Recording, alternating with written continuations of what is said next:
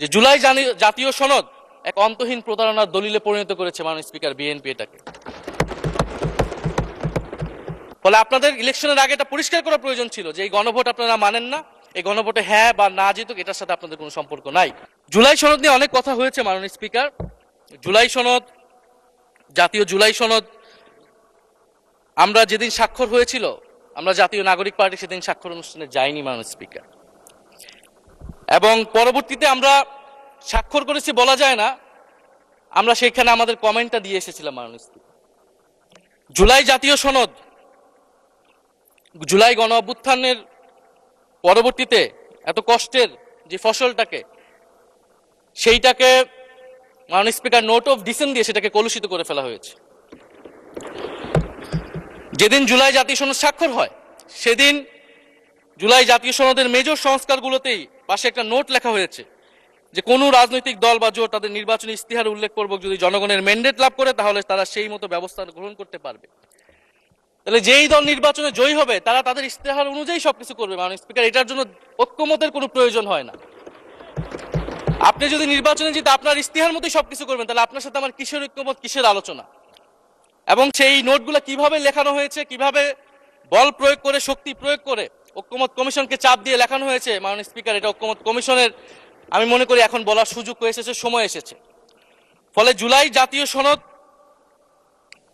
কে আমরা একসেপ্ট সেই সময় করতে পারি নাই, এবং মাননীয় স্বরাষ্ট্রমন্ত্রীর ভাষাকে ধার করে আমি বলতে চাই যে জুলাই জাতীয় সনদ এক অন্তহীন প্রতারণার দলিলে পরিণত করেছে মাননীয় স্পিকার বিএনপি এটাকে। এবং ৭২-এর সংবিধানকে আওয়ামী লীগ দলীয় ইস্তেহারে পরিণত করেছিল, কলুষিত করেছিল, এবং জুলাই জাতীয় সনদকে বিএনপি কলুষিত করেছে, দলীয় ইস্তেহারে পরিণত করেছে মাননীয় স্পিকার। আপনি বলছেন জুলাই জাতীয় সনদ, তারপরে আপনি দেখাচ্ছেন হচ্ছে আমার দলীয় ইস্তিহার, তাহলে এখানে তো কোনো ঐক্যমতের সুযোগ নাই। এরপরে আসলো গণভোট। গণভোটের আদেশ নিয়ে সমালোচনা আছে, এবং এই সমালোচনা আমরাও করেছি যে রাষ্ট্রপতি এই ধরনের অর্ডার দিতে পারে কিনা। কিন্তু গণভোটটাকে সবাই মেনে একটা কনসেনসাসের ভিত্তিতেই তো আমরা এই গণভোটে সবাই মিলে অংশগ্রহণ করলাম মাননীয় স্পিকার। বিএনপি এবং তৎকালীন বিএনপির বর্তমান মাননীয় প্রধানমন্ত্রী এবং চেয়ারপারসন তিনি নিজেও সংস্কারের পক্ষে, হ্যাঁ পক্ষে ভোটে প্রচারণা করেছেন। ফলে আপনাদের ইলেকশনের আগে এটা পরিষ্কার করা প্রয়োজন ছিল যে এই গণভোট আপনারা মানেন না, এই গণভোটে হ্যাঁ বা না জিতুক এটার সাথে আপনাদের কোনো সম্পর্ক নাই। ওনারা কিন্তু মাননীয় স্পিকার সেটা করেননি।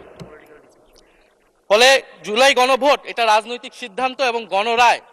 মাননীয় স্বরাষ্ট্রমন্ত্রী তিনি নিজেই সেই সময় বলেছেন যে গণরায় হচ্ছে সার্বভৌম ক্ষমতা, জনগণের রায় আসলে সেটা সকলেই মেনে নিতে বাধ্য হবে, এমনকি যদি সেটার বিরুদ্ধেও কেউ বিজয়ী হয় তারাও সেটা মেনে নিতে বাধ্য হবে।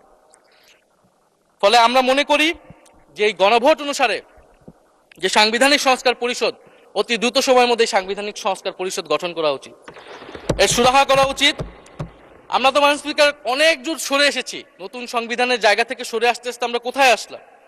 আমরা খুবই সামান্য কিছু দাবি এখানে এসেছে, জুলাই জাতীয় সনদ বা গণভোট যেটাই বলেন না কেন, যে একটা উচ্চকক্ষ হবে ভোটের অনুপাতে, তত্ত্বাবধায়ক সরকার হবে। এই তত্ত্বাবধায়ক সরকার নিয়েই তো এত ঝামেলা, গত 16 বছরের এত আন্দোলন। কিভাবে নিয়োগ হবে এই নিয়োগটা আমাদেরকে জানতে হবে মাননীয় স্পিকার।